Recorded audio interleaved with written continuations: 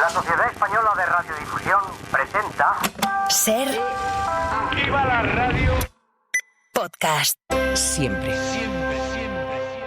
Disclaimer es uno de los títulos fuertes de este otoño, una serie que firma y dirige Alfonso Cuarón en su primera incursión como creador en la televisión, con Cate Blanchett de protagonista y con una historia sobre la verdad y la mentira, sobre los linchamientos públicos y la propia ficción como arma. En este episodio lo comentamos a fondo, os contamos las novedades para el próximo año en Movistar Plus y confesamos si hemos caído en el último fenómeno de Netflix o si vemos si está en forma Armando Iannucci con su sátira sobre el cine de superhéroes. El cine en la Ser con Pepa Blanes.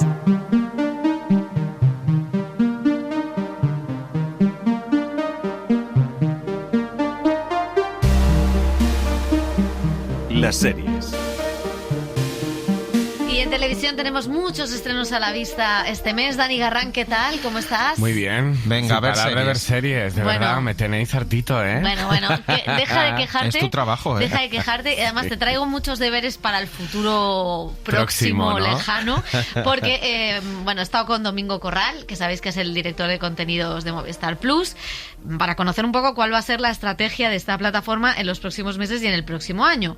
Pues bien, hay mucho contenido de ficción, mucho contenido propio además, documentales, y vamos a desgranar un poco, si os parece, qué es lo más interesante. Sí, porque además de las que ya se han estrenado en festivales y están a punto de llegar a la plataforma, como Querer de Alauda Ruiz de Azúa, que llegará la próxima semana, Los Años Nuevos, la serie de Sorogoyen, y Celeste, creada por Diego San José, Movistar Plus tiene más proyectos próximos a estrenarse. La primera de ellas es La Canción, que narrará desde la ficción la victoria de Maciel en Eurovisión en 1968. Fran Araujo y Pepe Coira se alejan del thriller que ya nos regalaron con Hierro y Rapa para crear esta comedia dramática de 3 episodios en la que veremos a Carolina Yuste entonar el La La La. Que La Canción, que ganar Eurovisión se convirtió casi en un asunto de Estado, porque en aquel momento el régimen y Franco lo que quería era que España se abriera al mundo, dar una buena imagen, y se convirtió en algo fundamental. Le encargaron a unos ejecutivos de Televisión Española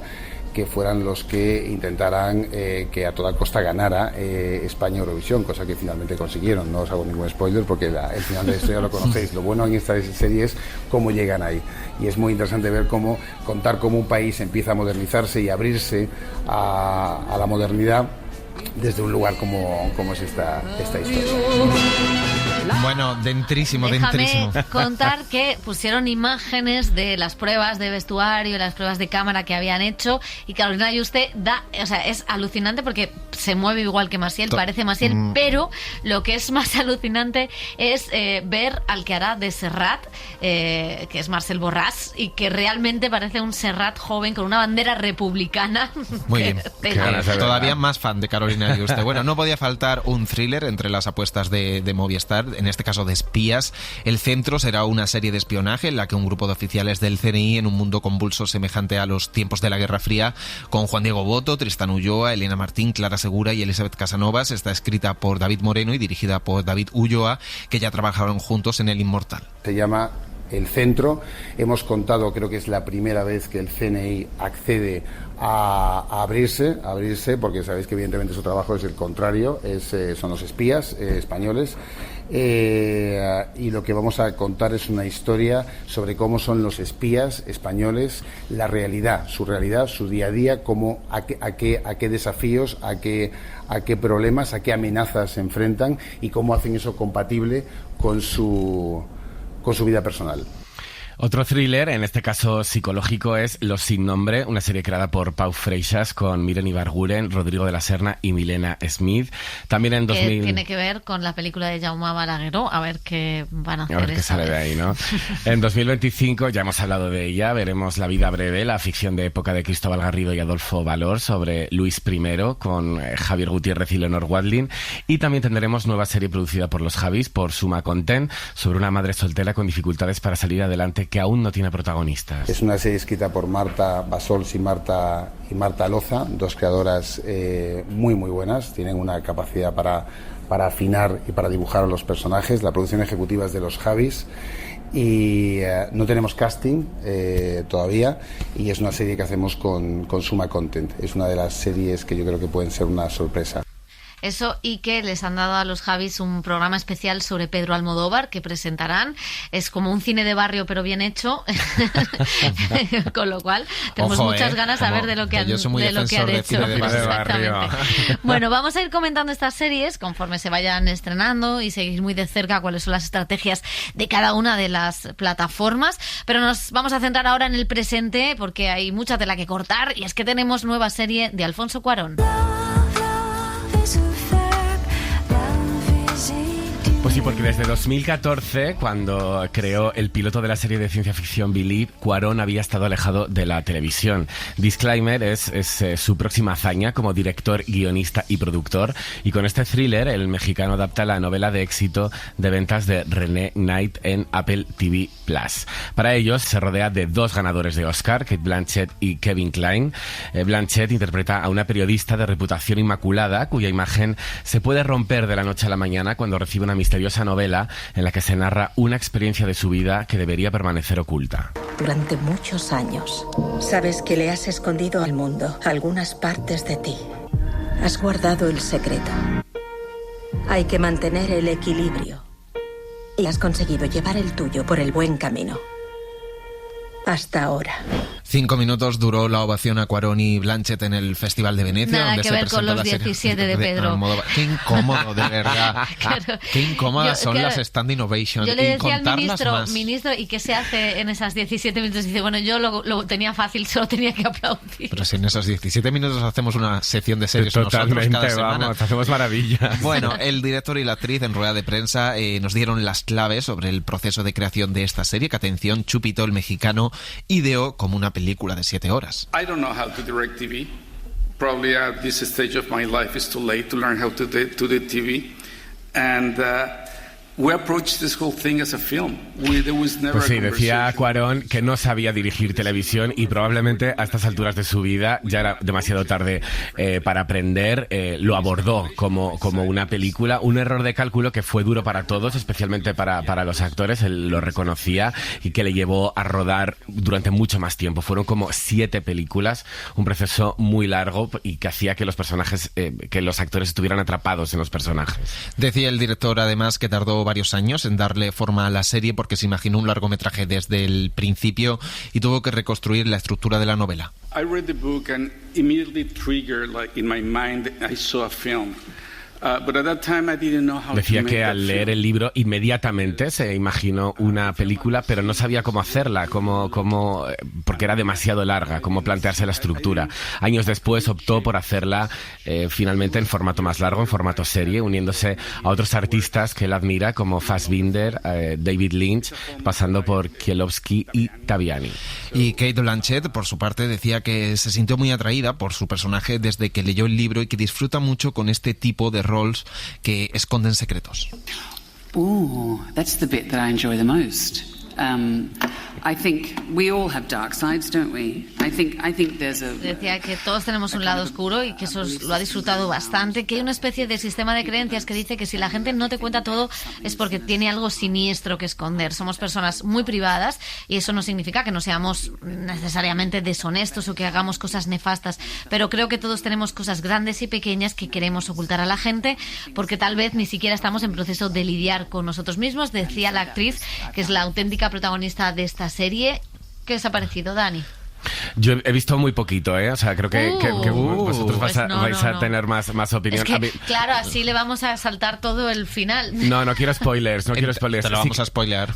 Me gusta, ¿eh? O sea, he visto un capítulo y medio, no me ha dado tiempo a ver más y bueno, por su estructura, por su ambientación, todos esos secretos, esa red de secretos que yo creo que va desmenuzando muy bien, me parece muy atractiva y creo que es uno de los thrillers como con más entidad de esa temporada. Y es que Cate Blanchett es que me gusta todo lo que hace. Entonces, ¿qué os puedo decir? Pues en eso estamos de acuerdo. Es cierto que es muy difícil hacer una crítica de esta serie sin desvelar, porque al hablar de los temas a los que alude o de cómo los trata, al final desvelas el misterio o el secreto que ella guarda y que parece que es un gran escándalo.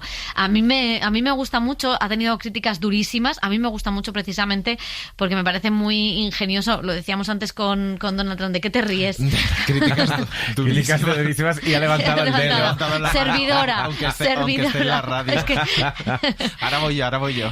Porque me parece que, como pasaba con Donald Trump, que un director que ha hecho cosas tan arriesgadas y que ha puesto la cámara al servicio de muchas cosas de manera muy diferente como Alfonso Cuarón, que aquí coja el estilo de estos culebrones, de estas novelas de giros, que es precisamente lo que hacía la novela, criticar las novelas donde todos son giros, donde todos son pues trampas al lector, donde todo es un juego, donde aquí no te cuento porque luego te lo voy a contar al final, pero te engaño con esto.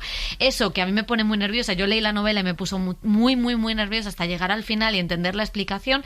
Y es verdad que eso a algunos lectores les puede molestar, pero creo que lo que hace la serie y lo que hace la novela es cuestionar ese tipo de literatura, que es un tipo de literatura además muy paternalista, muy patriarcal, muy machista en cómo retrata las relaciones sexuales.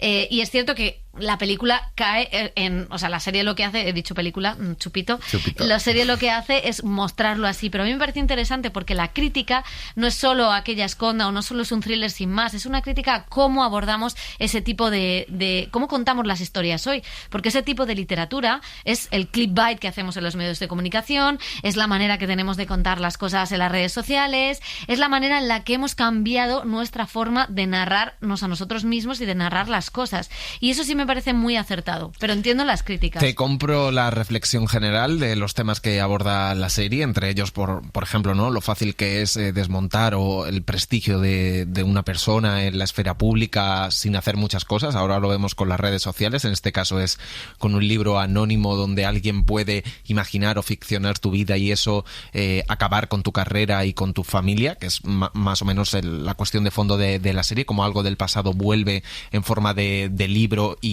puede destruirte totalmente y cómo lidias con eso. Pero más allá de esas reflexiones, y entiendo lo que quiere hacer con esos culebrones, con esos thrillers eróticos que leen las mujeres mayores y que imaginan y que tienen una manera muy particular de relacionar o de contar a las mujeres, a la vez muy machista en estos casos, es que la serie me parece tan viejuna. Es un thriller, le reconozco un pelín adictivo, pero entre lo tramposo que es, lo que el trabajo de los dos directores de fotografía, que por ejemplo en el caso de Londres me gusta mucho, pero en el caso de los flashbacks me espanta cómo está contado, que entiendo que es como lo quiere contar porque son este tipo de adaptaciones de novelas entre juveniles y eróticas, cómo se cuentan esas cosas, pero no me gusta nada esa simbiosis, no me gusta nada esos fundidos a negros entre el pasado y el presente. Kate Blanchett está bien porque es maravillosa, Kevin Kline está bien, pero su personaje es algo tan llevado al extremo de cosas que hace que sí que pueden pasar, que tal, pero me resulta totalmente irreal, sobrepasado, incluso un poco sobreactuado.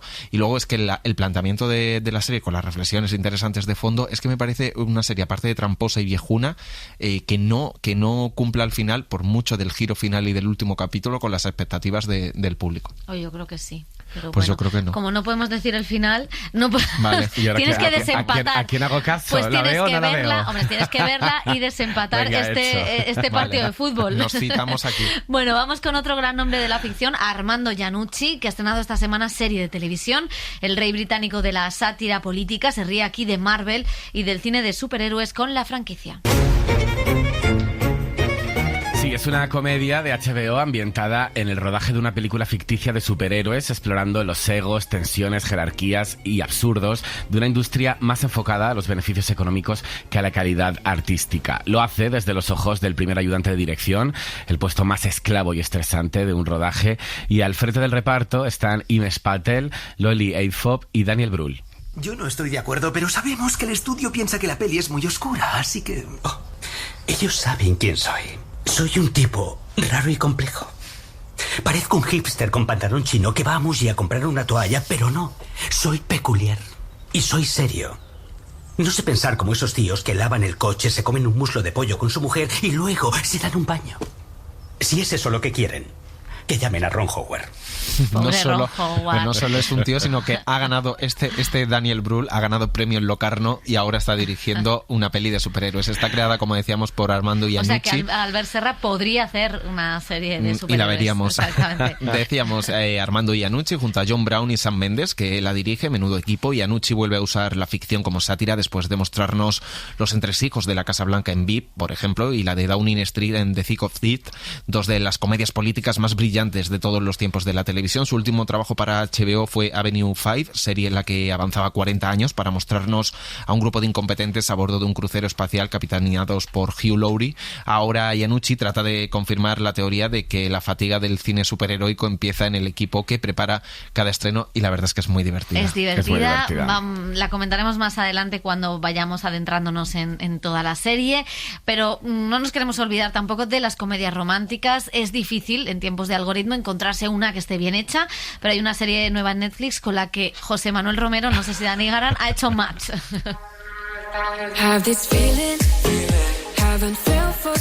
Nadie quiere esto, la está viendo todo el mundo la comenta en los ascensores, os lo tengo que decir. Es una comedia romántica para millennials protagonizada por Adam Brody y Kristen Bell, dos personajes que se enamoran desde lugares muy distintos. Él es rabino, ella es una mujer agnóstica y liberada que cuenta sus intimidades en un podcast.